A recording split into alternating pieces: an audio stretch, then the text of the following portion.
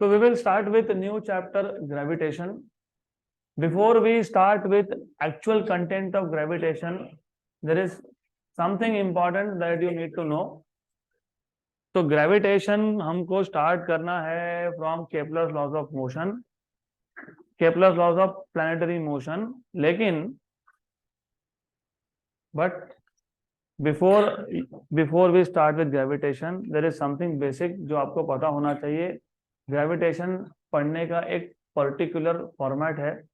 कुछ चैप्टर्स है जो आपको सिक्वेंशियली ही करने होते हैं। फॉर एग्जांपल, आप अगर पहले इलेक्ट्रोस्टैटिक्स कर रहे हो तो उसके बाद इमीडिएटली ग्रेविटेशन आना चाहिए, या फिर अगर आप पहले ग्रेविटेशन कर रहे हो तो उसके इमीडिएटली बाद इलेक्ट्रोस्टैटिक्स आना चाहिए।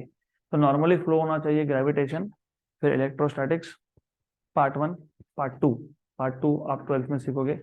फिर आना चाहिए करंट इलेक्ट्रिसिटी, वो स्किप भी किया तो चलता है, लेकिन उसके इमीडिएटली बाद आना चाहिए magnetic field due to electric currents. क्यों? क्योंकि यू विल सी टुडे इसमें सब में formulas more or less same बनते हैं। जहां जहां पे फोर्स का फॉर्म सेम आए वहां वहां पे बाकी सारे फॉर्मूलाज सेम बनते हैं। मतलब आप एक चैप्टर प्रिपेयर कर रहे हो तो बाय डिफॉल्ट आपके 2 प्रिपेयर होते जाएंगे। If you prepare gravitation you already know what is electrostatics, if you know what is electrostatics you already know what is magnetic field due to electric current. तो gravitation और electrostatics का connection है, connection मतलब concept wise connection है। They are not connected topics, सिर्फ formulas same बनते हैं। और इलेक्ट्रोस्टैटिक्स पता है तो तुमको मैग्नेटोस्टैटिक्स पता है। इलेक्ट्रोस्टैटिक्स में हम सिर्फ देखते हैं electric field, forces between static charges. Magnetostatics में हम लोग देखते हैं magnetic field and force due to magnetic fields. You will see concepts are so connected. तुमको एक टॉपिक समझ में आया तो दूसरा अपने आप याद आ जाएगा, वो समझ में आया तो अगला अपने आप याद आ जाएगा। तो सारे फॉर्मूलाज आर सो कनेक्टेड। इसलिए जब भी जेई नीट का प्रिपरेशन करोगे तो remember sequence: gravitation, electrostatics and then magnetic field due to electric current. Magnetic field due to electric current का मतलब मैग्नेटिज्म का और एक नाम है मैग्नेटोस्टैटिक्स। याद रखना, मैग्नेटिज्म में भी 2 चैप्टर है। एक है नेचुरली ऑकरिंग मैग्नेट्स और एक है magnetic field due to electric currents. मतलब जब आप करंट पास करोगे तब मैग्नेटिक प्रॉपर्टी आई उसमें। तो to start off with gravitation start करने से पहले we will see some very important thing here. और इसमें से कुछ कॉन्सेप्ट हमने अभी तक स्टेट बोर्ड में कवर नहीं किए क्योंकि वो इलेक्ट्रोस्टैटिक्स पार्ट 2 में आते हैं। तो आज मैं इंट्रोड्यूस कर दूंगा उसको।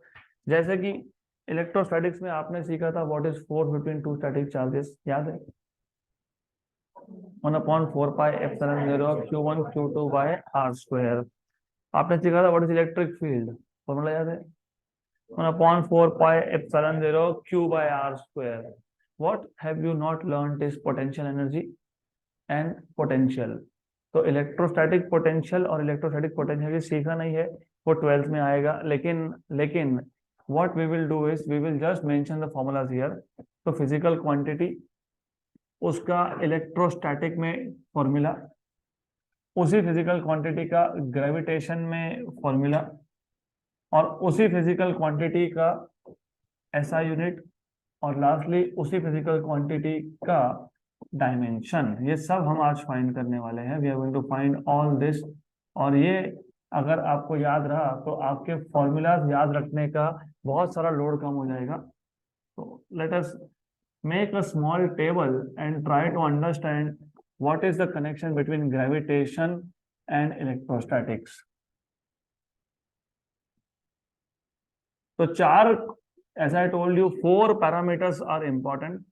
एक होता है फोर्स, एक होता है फील्ड, एक होता है पोटेंशियल, एक होता है पोटेंशियल एनर्जी।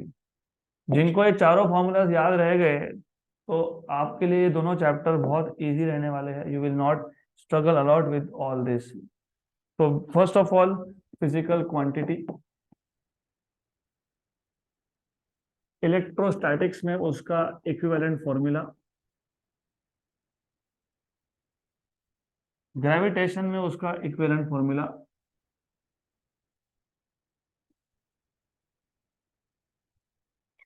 तो ग्रेविटेशन में उसका क्या फॉर्मूला आता है वो देखेंगे। उसके बाद उसके एसआई यूनिट्स देखेंगे, and we will also write down dimensions, क्योंकि इन सब पे ही क्वेश्चंस आते हैं जेई नीट में। इन सारे ही क्वांटिटीज पे आपको क्वेश्चन पूछते हैं। दे में ask you what is SI unit of some given quantity. They may ask you what are the dimensions of some given quantity. They may ask you to find out what is force between two charges, between two masses. They may ask you what is electric field due to a single charge or gravitational field due to a single mass. यहाँ पे electric field को electric field intensity भी बोलते हो, वहां पे gravitational field को gravitational field intensity भी बोलते हो। They may ask you what is the potential energy of two charges, और ग्रेविटेशन में they may ask you what is the potential energy of two masses. They may ask you what is electrostatic potential of single charge. They may ask you what is gravitational potential of single mass. तो जो words है, words बहुत carefully use करना। मैंने अभी भी आपको बताया एक ही डिफरेंस है, यहाँ पे चार्जेस है, वहां पे मासेस है। तो यहाँ पे इलेक्ट्रोस्टैटिक फोर्स होगा। इलेक्ट्रोस्टैटिक फोर्स का फॉर्मूला होता है 1/4πε0 Q1 Q2 by R square. Force between two static charges according to Coulomb's law is directly proportional to product of charges and inversely proportional to square of distance between the charges. फिर हम properties पे भी आएंगे one by one. Well by the way ये incomplete formula है, क्योंकि यहाँ पे क्या आना चाहिए, के, वेयर के इज डाइलेक्ट्रिक कांस्टेंट। इसका मतलब ये भी हो गया कि इलेक्ट्रोस्टैटिक फोर्स ये मीडियम टू मीडियम चेंज होता है। अगर आपने वैक्यूम में रखा तो अलग है, उसको वाटर में रखा तो अलग है, अगर उसको ग्लास में रख दिया, किसको, चार्जेस को, सेम चार्जेस को सेम डिस्टेंस पे से मीडियम चेंज कर दिया तो फोर्स चेंज हो गया। एंड यू मस्ट रिमेंबर सबसे ज्यादा फोर्स होता है वैक्यूम या फिर एयर में, बाकी सारे मीडियम में फोर्स हो जाता है कम। फॉर एग्जाम्पल हमने वाटर का केस देखा था 1/80। तो इन केस ऑफ वाटर अगर सेम चार्जेस को सेम डिस्टेंस पे रखा तो वाटर में फोर्स हो जाता है 1/80 टाइम्स।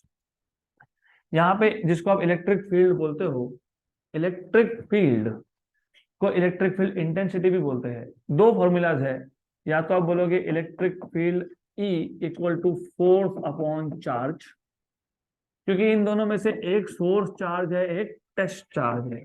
अब ये सोर्स चार्ज टेस्ट चार्ज का कॉन्सेप्ट क्या है वो भी समझ लो। According to Coulomb's law, every charge has a region surrounding it in which if other charge is brought, it will experience force. This region surrounding any charge is called as electric field. जिसका field है वो source charge है, जिसपे force लग रहा है वो test charge है।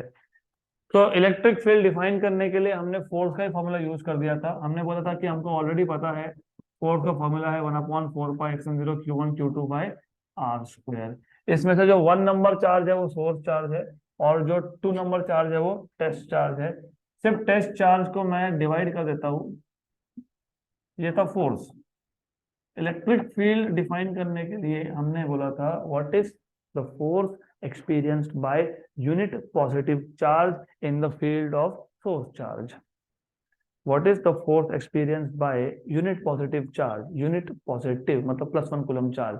तो टेस्ट चार्ज की वैल्यू क्या होनी चाहिए, 1 मतलब इलेक्ट्रिक फील्ड और फोर्स कोई अलग अलग चीज है ही नहीं, दे आर सेम थिंग।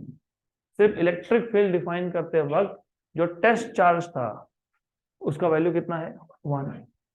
और मैंने आपको यह भी बताया था कि मान लो हमारे पास 1 कूलम का चार्ज है ही नहीं, तो फिर क्या करेंगे, फिर फोर्स के इक्वेशन को क्या नहीं चाहिए तुमको, इसमें Q2 नहीं चाहिए, क्योंकि वो कौन है, टेस्ट चार्ज है, उसकी वैल्यू कितनी चाहिए, 1। हमारे पास 1 कूलम नहीं है, तो हमने क्या किया, फोर्स कैलकुलेट कर लिया, उसको डिवाइड कर दिया किससे, टेस्ट चार्ज से, मतलब Q2 से।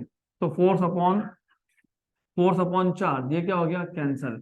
फोर्स अपॉन चार्ज क्या बन गया, इलेक्ट्रिक फील्ड। तो what is force upon charge का फॉर्मूला, इलेक्ट्रिक फील्ड। तो that is what I have written, electric field is force upon charge. कौन सा चार्ज, टेस्ट चार्ज। ये एक फॉर्मूला है। या फिर आप देख ही रहे हो, इट इज 1/4πε0 Q/R²। तो यहाँ पे इलेक्ट्रिक फील्ड लिखते वक्त I will write down 1/4 pi epsilon 0 Q S upon are square, where Q S is force charge. ये एक फॉर्मूला है। अगर आपको इन टर्म्स ऑफ फोर्स लिखना है तो दूसरा फॉर्मूला भी बनेगा। इन टर्म्स ऑफ फोर्स लिखना है तो क्या लिखा अभी हमने, force upon charge. Force upon कौन सा charge, test charge. This is equal to force upon test charge, ऐसा भी लिख सकते हो। सेम है, ये दोनों इलेक्ट्रिक फील्ड है। फिर पोटेंशियल एनर्जी, अब देखो ग्रेविटेशन में और इलेक्ट्रोस्टैटिक्स में इसलिए ये कॉन्सेप्ट इतना सिंपल बन जाता है। फोर्स फोर्स के इक्वेशन में से फोर्स के इक्वेशन में से सिर्फ डिनोमिनेटर में से एक आर को गायब कर दो, ये आ गया पोटेंशियल एनर्जी का फॉर्मूला। इलेक्ट्रिक फील्ड के इक्वेशन में से भी डिनोमिनेटर के एक आर को गायब कर दो, ये बन गया पोटेंशियल का फॉर्मूला। Done, simple. क्या किया हमने, फोर्स के इक्वेशन में से एक आर हटा दिया, बन गया पोटेंशियल एनर्जी। इलेक्ट्रिक फील्ड के इक्वेशन में से एक आर हटा दिया, बन गया पोटेंशियल। इसका मतलब क्या है, इसका मतलब ये है फोर्स और potential energy are connected, field and potential are connected. तो वो भी अभी मैं लिखूंगा यहाँ पे connection. I will write down connection. You know derivative, पता है डेरिवेटिव, पक्का पता है डेरिवेटिव। तो फिर डेरिवेटिव अगर पता है तो मुझे who will tell me what is the derivative of 1/r² with respect to r।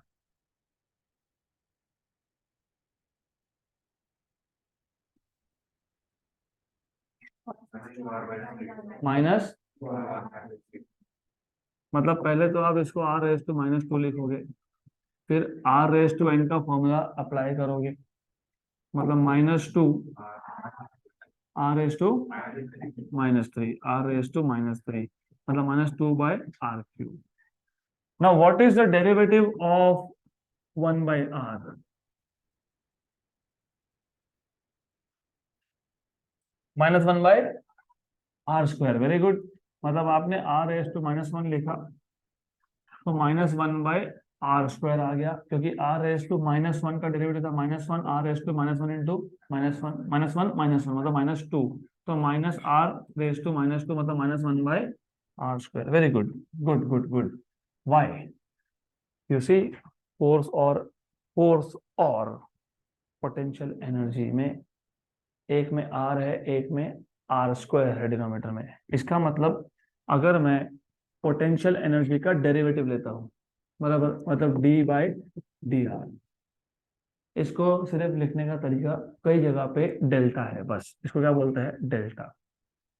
अगर मैं पोटेंशियल एनर्जी का डेरिवेटिव लेता हूं जिसमें नीचे क्या था, r था, तो डेरिवेटिव लेने के बाद नीचे क्या बन जाएगा, r²। लेकिन दिक्कत है, माइनस साइन आ जाएगा ना, आ जाएगा ना माइनस साइन। तो मैं खुद ही जानबूझ के एक माइनस लिख देता हूँ। मतलब ये क्या बन गया पता है, पता है क्या बन गया, फोर्स। तो force is negative derivative of, इसको नेगेटिव ग्रेडियंट बोलते हैं। ग्रेडियंट क्यों बोलते हैं, जहां जहां derivative with respect to distance हो उसको क्या बोलते हैं, ग्रेडियंट। तो force is negative gradient of potential energy. तो ये कनेक्शन भी यहाँ पे लिख देंगे, फोर्स, क्योंकि दोनों में ही होने वाला है।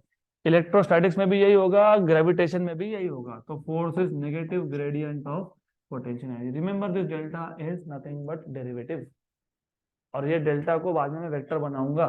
क्यों बनाऊंगा, फोर्स क्या है, वेक्टर है, एनर्जी क्या है, स्केलर है। तो एक साइड पे वेक्टर, एक साइड पे स्केलर चलता है क्या, नहीं चलता है। तो फिर ऐसा तुम लिख नहीं सकते हो, तो मैं बता ही देता हूँ अभी, बाद में बताने से अच्छा है अभी कर लेंगे better.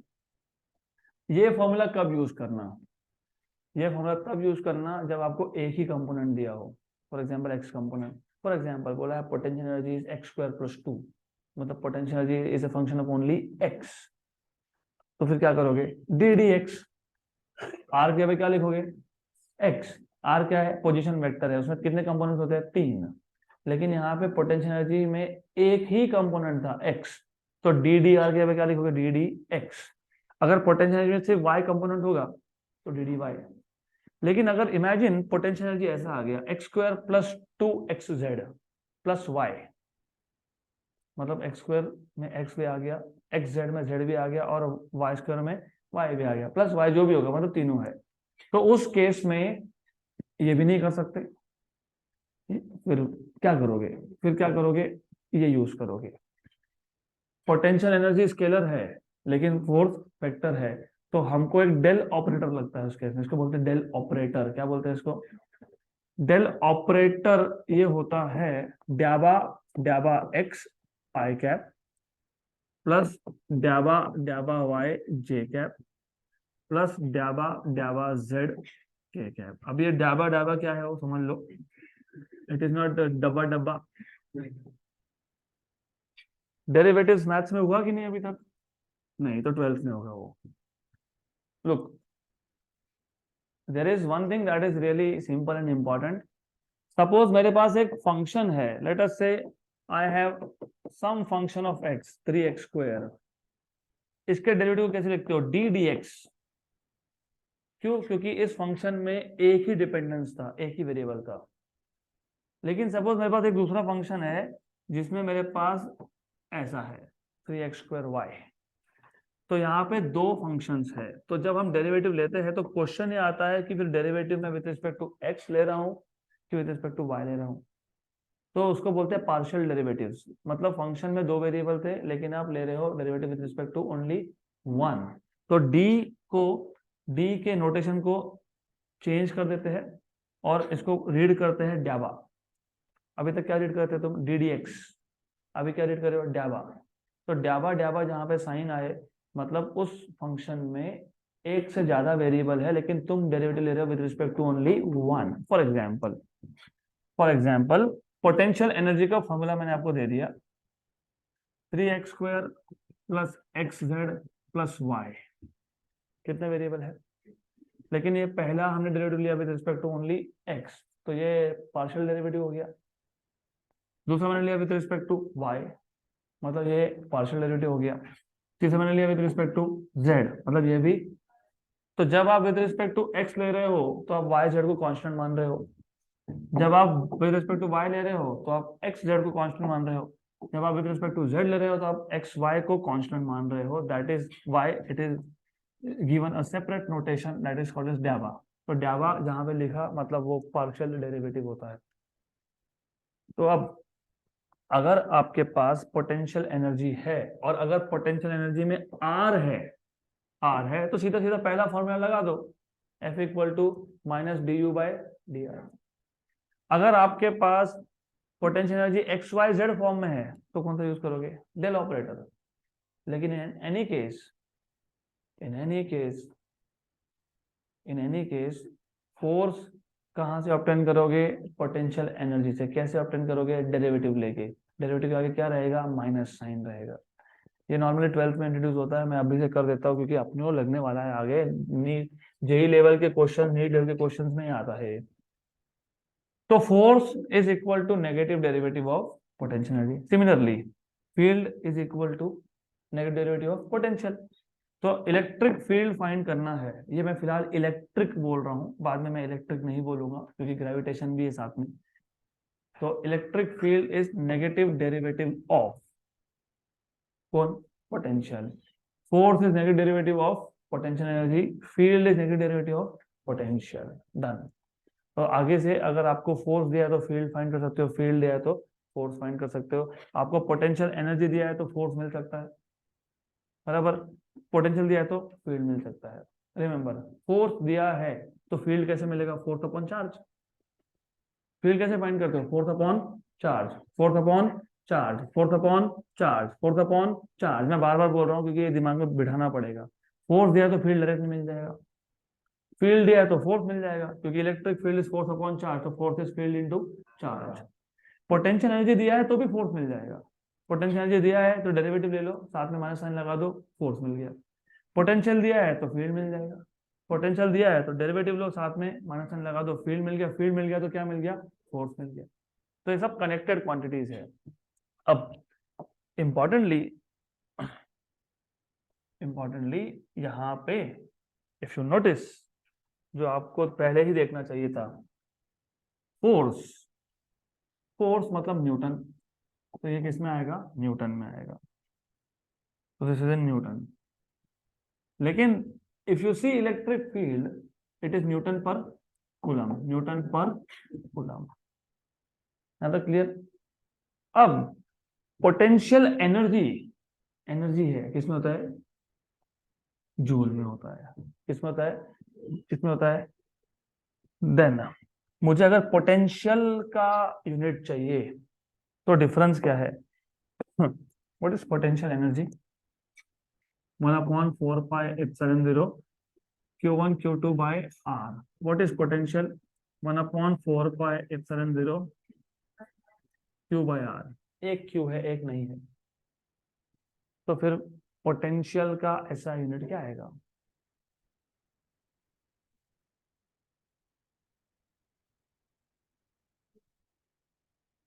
No, joule per, joule per coulomb. Very good. Q, अगर मैं यहाँ पे Q2 लिखता हूं तो ये कौन बन गया, कौन है ये, कौन है ये, पोटेंशियल एनर्जी, मतलब कौन है ये, जूल है। लेकिन पोटेंशियल में Q2 आता है क्या ऊपर, नहीं, तो क्या करोगे, डिवाइड करोगे, मतलब potential will be potential energy by charge, तो जूल पर कूलम, तो ये आ जाएगा आपका joule per coulomb. Then remember, जैसे आपने इलेक्ट्रिक फील्ड लिखा, क्या लिखा electric field, force upon charge, क्या लिखा electric field, force upon charge. फिर पोटेंशियल क्या लिखोगे, potential energy upon charge. Very good, तो ये आ जाएगा पोटेंशियल एनर्जी अपॉन चार्ज। कौन सा चार्ज, टेस्ट चार्ज। क्लियर। एक एक चीज इंपॉर्टेंट है, I am spending so much of time because I want you to remember this. तो याद रखना, याद रखना नहीं, अभी बताओ, फोर्स का फॉर्मूला बताओ, 1/4πε0 Q1 Q2 बाय ऐसा यूनिट न्यूटन। इलेक्ट्रिक फील्ड का फॉर्मूला बताओ, 1/4πε0 Q by R square. Unit बताओ, न्यूटन पर कूलम। उसके बाद tell me what is potential energy का formula, 1/4πε0 Q1 Q2 by R, unit joule. What about potential, 1/4πε0 unit newton, newton per coulomb, joule, joule per coulomb. Good. Dimensions, dimensions m1 l1 t-2 newton per coulomb है, मतलब m1 l1 t-2 पर coulomb, मतलब charge, charge होता है a1 t1, क्योंकि charge होता है it, charge is current into time, current is charge upon time, तो चार्ज क्या है, करंट इनटू, ये ऊपर जाएगा, तो क्या आएगा, m1 l1 t-3 तो a-1, तो ये आ जाएगा आपके पास m1 l1 t-3 और a-1। ये हो गया डायमेंशंस, किसके डायमेंशंस, इलेक्ट्रिक फील्ड के dimensions. Very good, electric field के डायमेंशंस आ गए। एनर्जी, तो एनर्जी है, energy is m1 l2 t-2। Very good, t-2। Then ये जूल पर कूलम है, एनर्जी अपॉन चार्ज है, सिर्फ अपॉन चार्ज है, m1 l2 t-2 upon a1 t1, तो कितना आएगा, m1 l2 t-3 a-, ये आ गया आपके पास डायमेंशंस ऑफ पोटेंशियल। आता क्लियर। ये हो गया इलेक्ट्रोस्टैटिक्स का पार्ट खत्म। अब इलेक्ट्रोस्टैटिक्स में कूलम्स लॉ देता है आपको फोर्स, उसमें आप बोलते हो the force between two charges at rest is directly proportional to product of charges and inversely proportional to square of distance between them, between the charges. मतलब यहाँ पे in this case, in case of gravitation same concept है, सिर्फ दो charges की जगह पे दो मासेस है। The force between any two masses, every particle of matter attracts every other particle of matter with a force which is directly proportional to product of masses and inversely proportional to square of distance between them। तो यहाँ पे Q1 Q2 की जगह पे क्या आएगा, m1 m2 upon r square, 1/4πε0 constant की जगह पे क्या आएगा, j। तो Gm1m2/r²। जैसे तुमने यहाँ पे बोला फोर्स अपॉन चार्ज, क्योंकि वहां पे फील्ड कौन प्रोड्यूस कर रहा था, चार्ज। यहाँ पे फील्ड कौन प्रोड्यूस करेगा, मास। वहां पे चार्ज के नियर बाय रीजन में दूसरा चार्ज आया तो फोर्स एक्सपीरियंस करेगा। यहाँ पे मास के नियर बाय रीजन में कोई और मास आया तो फोर्स एक्सपीरियंस करेगा। जैसे moon is experiencing force of gravity due to earth field, क्योंकि moon is in the field of earth. तो यहाँ पे सिर्फ आप क्या करोगे, फोर्स अपॉन चार्ज नहीं करोगे, फोर्स अपॉन मास करोगे। मतलब यहाँ पे कौन सा मास है, टेस्ट मास है। जैसे अर्थ की फील्ड में मून, अर्थ की फील्ड में मून, तो हु इज टेस्ट मास।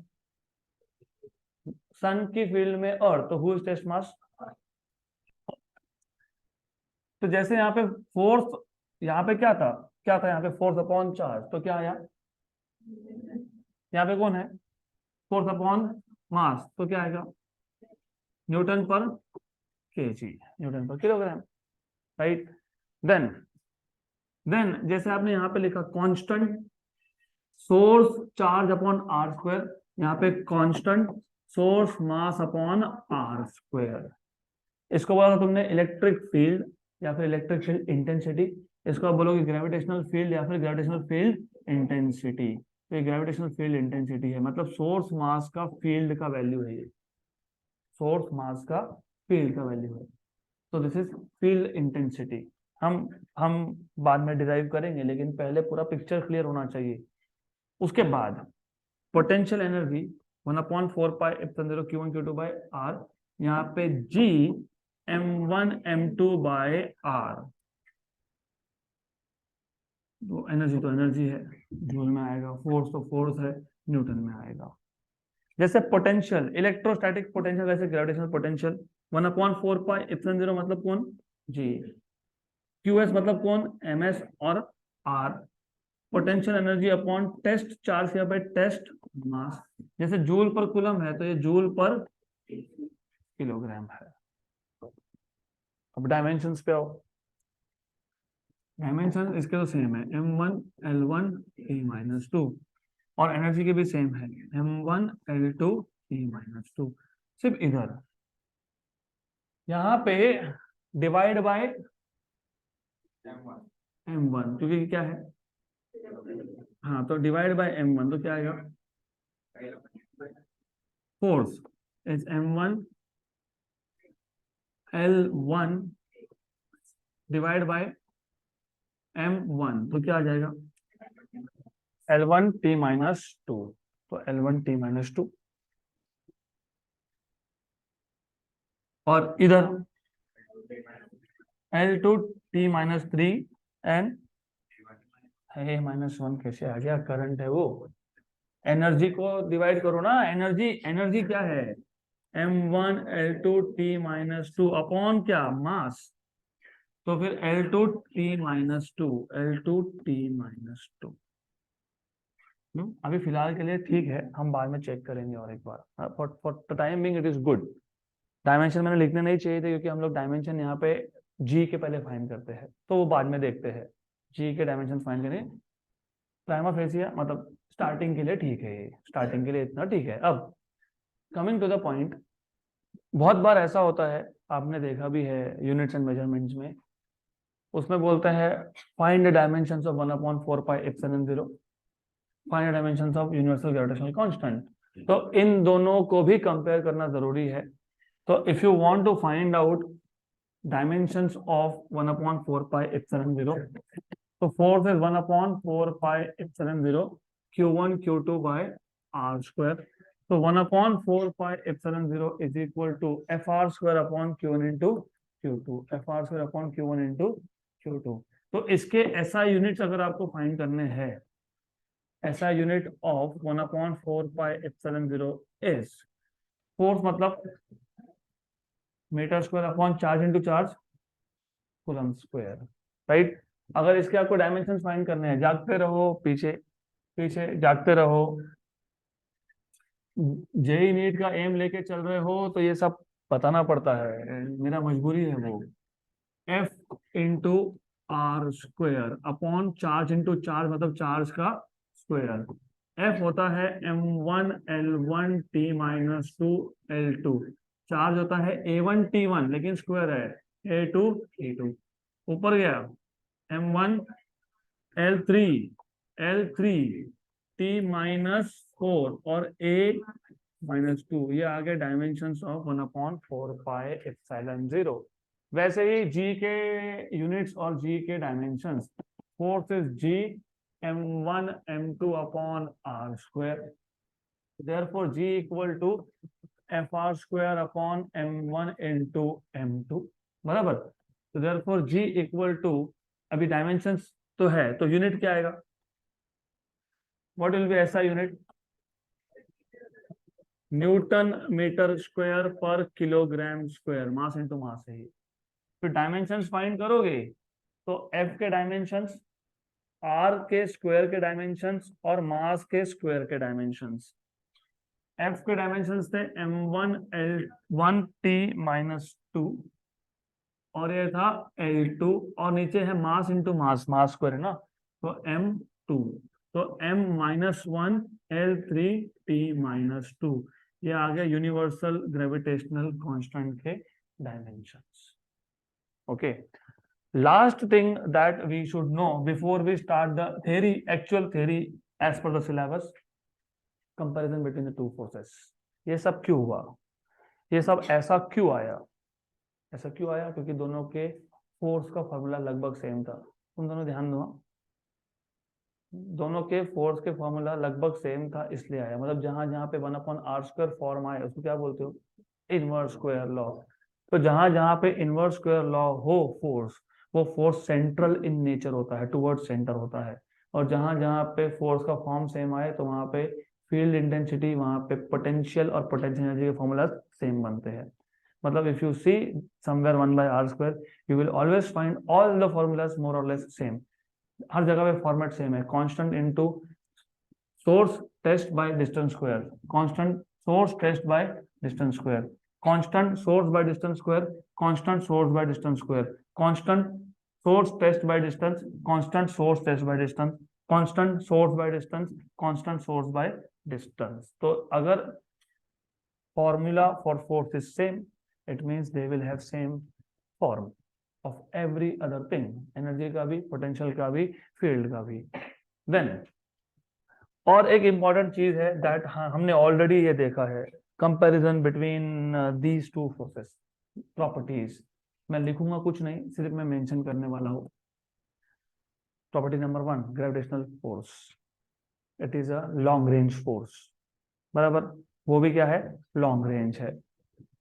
तो this is long range, that is also long range. कितना लॉन्ग, इन्फिनाइट रेंज। तो जहां जहां पे इनवर्स स्क्वायर लॉ आए वहां वहां पे रेंज कितना होता है, इंफिनिटी होता है। सिर्फ होता ये है that force decreases with distance, जैसे डिस्टेंस बढ़ेगा फोर्स क्या होगा, कम होगा। दूसरा, ये फोर्स हमेशा अट्रैक्टिव होता है, ग्रेविटेशनल फोर्स, और वो फोर्स होता है अट्रैक्टिव और रिपल्सिव। हमने पहले क्या लिखा था, इलेक्ट्रोस्टैटिक लिखा था, तो मैं पहले इलेक्ट्रोस्टैटिक लिख देता हूँ, अट्रैक्टिव और रिपल्सिव। ये इलेक्ट्रोस्टैटिक फोर्स है, ये ग्रेविटेशनल फोर्स है। ग्रेविटेशनल फोर्स होता है ओनली अट्रैक्टिव इन नेचर, और लॉन्ग रेंज मतलब कितना रेंज है, इंफिनिटी रेंज है, इसका भी कितना रेंज है, इंफिनिटी रेंज है। तो both of them have same range. Then third property,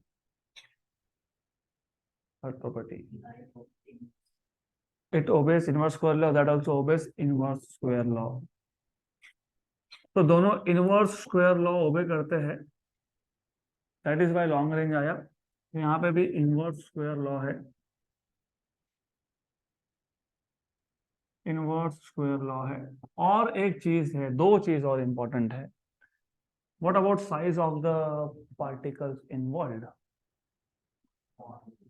microscopic and macroscopic, दोनों केसेस में ट्रू है। यहाँ पे क्या है, वो भी है, इलेक्ट्रॉन इलेक्ट्रॉन में ग्रेविटी नहीं होता है, क्या होता है ग्रेविटी, जहां जहां मास है वहां वहां क्या है, ग्रेविटी है।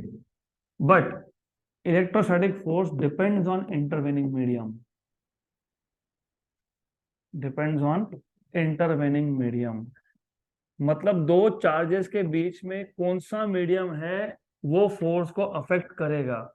और यहाँ पे gravitational force is independent of intervening medium. Independent मतलब दो मासेस के बीच में तुमने कुछ रखा हो नहीं रखा हो, डजंट मैटर। दो मासेस के बीच में वैक्यूम है, फोर्स सेम है। दो मासेस के बीच में वाटर है, फोर्स सेम है। दो मासेस के बीच में ग्लास भर दिया, फोर्स सेम है।